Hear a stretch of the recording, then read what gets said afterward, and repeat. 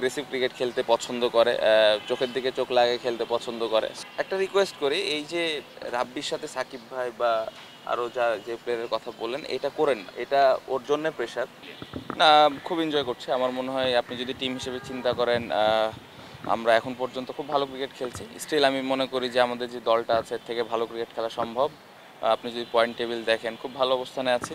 প্লেয়াররা এক এক ম্যাচে এক একজন দায়িত্ব নিয়ে পারফর্ম করছে, উইচ ইজ একটা পজিটিভ দিক। এবং আমার মনে হয় যে স্পেশালি আমি যদি নাম মেনশন করে বেশ কয়েকটা প্লেয়ারের কথা বলি, ইমন ভালো স্টার্ট দিচ্ছে প্রতিদিন, মোসাদ্দেক অলরাউন্ড পারফরমেন্স। তো সব মিলে আমার মনে হয় যে অ্যাজ এ টিম হিসেবে আমরা ভালো অবস্থানে আছি। লাস্ট ম্যাচে মমিনুল ভাইয়ের দারুণ ইনিংস, মিডল অর্ডারে মিথুন ভাই প্রতিদিন দায়িত্ব নিয়ে ব্যাটিং করছে। সো আমার মনে হয় যে টিম হিসেবে আমরা ভালো অবস্থানে আছি, বাট স্টিল সামনে আস্তে আস্তে বড় ম্যাচ আসতেছে। এই ম্যাচগুলোতে আমরা কীভাবে আরও পজিটিভলি এবং ভালোভাবে খেলতে পারি, এটা ইম্পর্টেন্ট।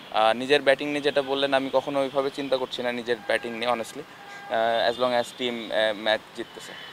আমরা 2015 থেকে 19 বাই 4-5 বছর দেখেছি যে ওয়ানডে ফরম্যাটে বাংলাদেশ দুর্দান্ত খেলেছিল, হোম অ্যান্ড অ্যাওয়েতে সব জায়গাতেই। সাম্প্রতিক সময় একটু হোঁচট ইন্টারন্যাশনাল ক্রিকেটে ওয়ানডেতেও আমরা দেখছি। ঢাকা প্রিমিয়ার লিগ, যেটার পাইপলাইন বলা যায় ওয়ানডে ক্রিকেটে, যেটা আসলে বড় প্রস্তুতি, ন্যাশনাল টিমের সব প্লেয়ার খেলছে, একটা ভালো প্রস্তুতি, এবং আমাদের যে ওয়ানডে ক্রিকেট ইন্টারন্যাশনালে যে একটা হোঁচট, সেটা থেকে উত্তরণের জন্য সবাই অ্যাভেলেবিলিটি থাকাটাও নিশ্চয়ই একটা দারুণ বিষয়। অবশ্যই আমার মনে হয় খুব ইম্পর্টেন্ট। এই টুর্নামেন্টটা আমরা ছোটোবেলা থেকে খেলে বড় হয়েছি, এবং ওয়ানডে ফরম্যাট ভালো করার অন্যতম কারণ কিন্তু এই ঢাকা প্রিমিয়ার লিগটা। সো আমার মনে হয় সব প্লেয়ারগুলো এবার খেলতে পারতেছে, সবার অ্যাভেলেবিলিটি আছে, এবং সবাই যে জিনিসটা দেখে পজিটিভ লাগতেছে যে সবাই চেষ্টা করতেছে প্রতিদিন কীভাবে দলকে জেতাতে পারে এবং দলের হয়ে কন্ট্রিবিউট করতে পারে, উইচ ইজ পজিটিভ সাইন। কারণ যখন বাংলাদেশ টিমের হয়ে প্লেয়ারগুলো খেলবে তখন দল কীভাবে জিতে, এই জিনিসগুলো ইম্পর্টেন্ট। সো সব প্লেয়ারগুলো খেলতে পারতেছে, এবং আমার মনে হয় যে প্রত্যেকটা দল চেষ্টা করতেছে চ্যাম্পিয়ন হওয়ার জন্য। সো এটা একটা পজিটিভ দিক, এবং আমি আশা করবো যে শেষের টুর্নামেন্টগুলো এভাবে চলবে।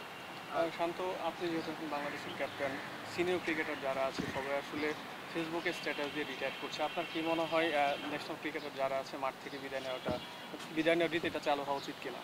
ভাই, এই কোশ্চেনের সাথে আগামী কালকের ম্যাচের এবং এই পুরো টুর্নামেন্টের কোনো মিল পাচ্ছি না আমি। সো এইখানে উত্তর দেওয়াটা মুশকিল না। খুব ভালো একজন প্রসপেক্টিভ, আমরা দেখছি যে কীভাবে ওয়ার্ল্ড ক্রিকেটে তাকে নিয়ে কথাবার্তা হচ্ছে। বাট যেটা সব থেকে ভালো দিক যে তার ওয়ার্কলোড ম্যানেজমেন্টটা ভালোভাবে করছে, স্পেশালি ন্যাশনাল টিমের যারা ট্রেনার, ফিজিও এবং এখানে যারা আফগানি টিমে কাজ করছেন, তারা এই জিনিসটা মেনটেন করছে, এবং ওই অনুযায়ী আপনি যদি খেয়াল করে দেখেন ওইভাবেই সে ম্যাচ খেলছে, এবং এখনও পর্যন্ত আল্লাহর রহমতে ফিট আছে এবং ওই এনার্জিটা নিয়েই খেলছে। সো আমি আশা করবো যে সামনের যে ম্যাচগুলো আছে ওইভাবে যেই প্ল্যানটা দেওয়া আছে ক্রিকেট বোর্ড থেকে এবং এই টিমের যে প্ল্যানটা আছে ওই অনুযায়ী খেলবে, এবং আমি আশা করবো যে পরের ম্যাচগুলোতে এবং সুস্থভাবে টুর্নামেন্টটা শেষ করবে।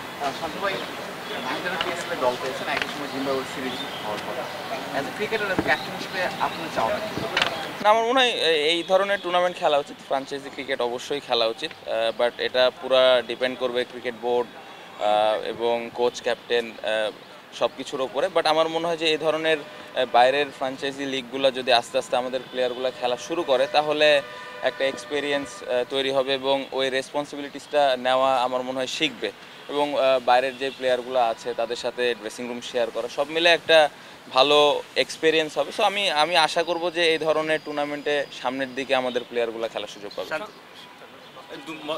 মাস দুয়েক আগে জাকির হাসান একটা ইন্টারভিউ করতে পেরেছিলাম, তিনি ওয়েস্ট ইন্ডিজ থেকে ফেরার পরে টেস্ট সিরিজে বলেছিলেন যে এতদিন প্রতিপক্ষ দল আমাদেরকে স্লেস করতো, আমরা হয়তো সেভাবে রিটার্নটা দিতাম না, এখন আমরা প্রতিপক্ষ দলের কেউ স্লেস করলে আমরা নাহিদ রানাকে বোলিংয়ে নিয়ে আসি। ভুল বলে নাই, বাট এখন যে জিনিসটা আমি যেটা বললাম যে আমাদের টেস্ট ক্রিকেট বলেন বা যদিও হোয়াইট বল ক্রিকেট আমরা ভালো খেলছি না, বাট আমার মনে হয় যে পুরা যেই টিমটা খেলছে, অল থ্রি ফরম্যাটস যে প্লেয়ারগুলো খেলতেছে, এদের জেতার ইচ্ছা অনেক বেশি, এবং এগ্রেসিভ ক্রিকেট খেলতে পছন্দ করে, চোখের দিকে চোখ লাগিয়ে খেলতে পছন্দ করে। সো ও ইন্টারভিউ যেটা দিয়েছে এটাই মিন করেছে। আসলে নাহিদ রানা না, ওভারঅল যেই আমাদের টিমে আছে, ব্যাটিং হোক বোলিং হোক, ওই ফিডব্যাকটা আমরা দেওয়ার চেষ্টা করি। সো আগে হয়তো এরকম ছিল যে না, আমরা হয়তো একটু গুটায় থাকতাম, এই জিনিসগুলো এখন অনেকটা পরিবর্তন হয়েছে। আমি আশা করবো যে এই জিনিসগুলোর সাথে সাথে ব্যাটিং বোলিংয়েও আমরা পারফরমেন্সটা সামনের দিকে করি। টু আর্লি এখনই কমেন্ট করা, বাট আমার মনে হয় যে আবাহনী টিমের মতো এত বড় একটা টিম হেড কোচ হিসেবে কাজ করছেন, সোফার ভালো কাজ করেছেন, বাট খুবই আর্লি যে এখন আমি কোনো কিছু একটা কমেন্ট করব। বাট সোফার এনজয় করছে এবং ভালো কাজ করছেন। জানি না। ভাই সানগ্লাসের রহস্যটা যদি বলতেন। রহস্য নাই, এমনি রোদ ইন্টারেস্টিং। রোদ রোদ। ভাই আমার একটা প্রশ্ন আছে, রাব্বি 19 দলকে এশিয়া কাপ জেতালো, এরপর আবাহনীর হয়ে বলে ব্যাটে দুর্দান্ত করছে, অলরাউন্ডার সাকিব ভাই ছিল, রিয়াদ ভাই ছিল, ওনারা নাই। তো কি মনে হয় রাব্বির মধ্যে আপনি কেমন প্রতিভাটা দেখতে পাচ্ছেন? একটা রিকোয়েস্ট করি, এই যে রাব্বির সাথে সাকিব ভাই বা আরও যে প্লেয়ারের কথা বললেন, এটা করেন না। এটা ওর জন্য প্রেশার। আমার মনে হয় খুবই আর্লি স্টেজে আছে। আন্ডার 19 জাস্ট একটা ক্যারিয়ারের শুরু আমি বলবো।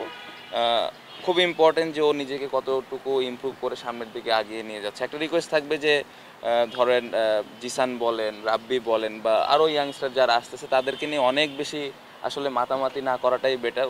ওদেরকে ওদের কাজটা করতে দেন।